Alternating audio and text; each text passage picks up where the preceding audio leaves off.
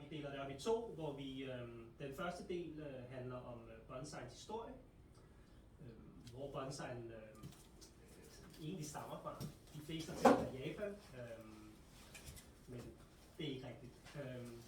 Vi skal snakke om bonsaiens rejse til Japan og nogle af de mest prestigefyldte japanske udstillinger. Der er Kokufuten, Heikan-ten, Gafuten, og vi skal se på nogle af de allerstørste bonsai-kunstnere i verden. Og grunden til, at vi skal det, er fordi, også for den sags skyld udstillingerne, er fordi, at når man gerne vil lære at lave bonsai, så er det rigtig vigtigt at hente inspiration. Fordi hvordan vil man kunne lave bonsai, hvis man ikke ved, hvordan bonsai ser ud, hvad et bonsai-træ er? Ja, vi kommer også til at se på nogle få træer fra The Trophy, som er nok den mest prestigefyldte og største bonsai-udstilling, der er uden for Japan. Yes. Og del 2, der kommer vi til at gå igennem det, som vi nok alle sammen er kommet for at lære noget om. Det er noget praktisk i forhold til bonsai. Hvad den grundlæggende pleje er, designprincipper og æstetik, og hvordan man styler, hvordan man klipper, hvordan man tråder osv. Jeg har købt det her i foråret. Så cirka sådan her, og så gør du det på hele træet, og så vil jeg fuldtråde det. Vi skal finde barring først for at finde ud af, som sagt, hvor det er, fronten er, og så styler man træet ud fra det. Men i min optik er det, altså det bliver meget klassisk, og så bliver det grene, og så på bagsiden som sådan en trappetrin op, og så har du en krone.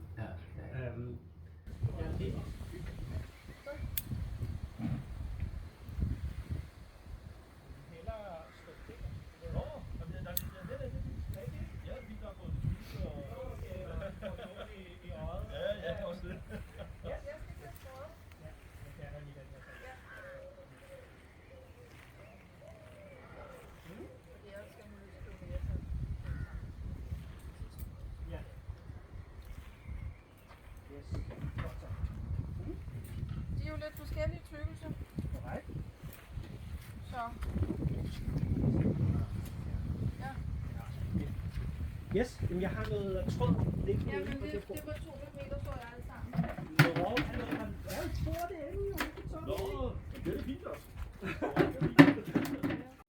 Ikke på alle de her også. Jeg vil sige, der skal en tråd på den her, og så skal der måske tråd på de her to, så vi lige kan guide dem. Men alt det er helt. Og så går man sådan længere op herinde. Du kan se, hvor mange skud, der kommer ud her. Ja. Det er jo igen, vi skal ind og simplificere. Ja. Det er jo klart, Hvad vil jeg have? hvad vil du have? Og det jeg vil sige, det er nok meget godt at udvikle videre på noget, der allerede er etableret. Så de her små dutter, de skal bare dø. Ja.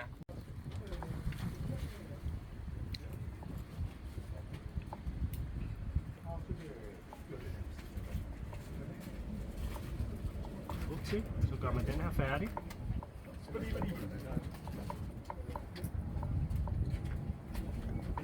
Okay. Slæg med dig. Så nu har du set, hvordan man gør. Så gør du det på de her også.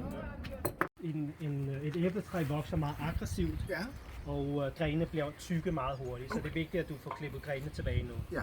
Derefter så har det her træ fået det her rust, som jeg talte om tidligere med enebær, æblerust. De her blade, det er rust. Her. Ja. Det skal du klippe af, og du skal vaske du skal spritte din saks af bagefter. Nå, okay. Alt det her med de orange pletter, det skal af.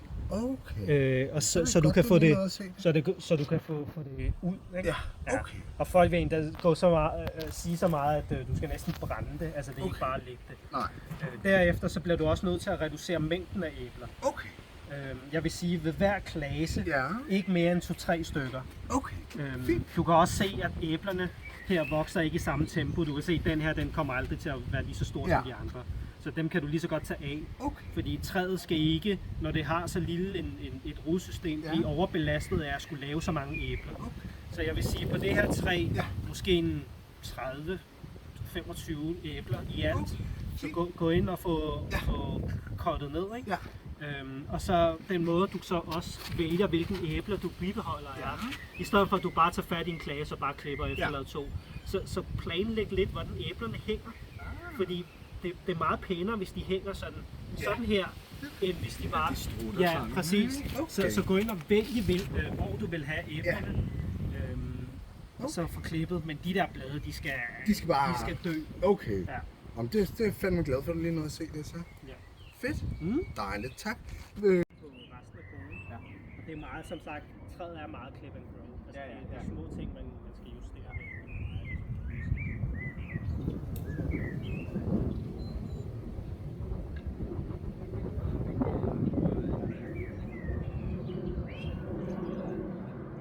Jeg kan godt lide det der sådan lidt crazy bed. Altså sådan noget her, ikke? Altså, hvor den bare lige laver. Det synes jeg er ret fedt.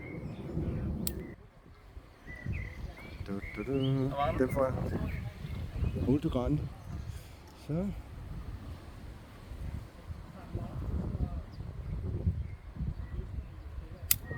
Sådan, så har vi den. Super. Så får vi den lige ud i den her størrelse. Det er nemlig skideskab med de her før- og efter ting. Ja, det er det.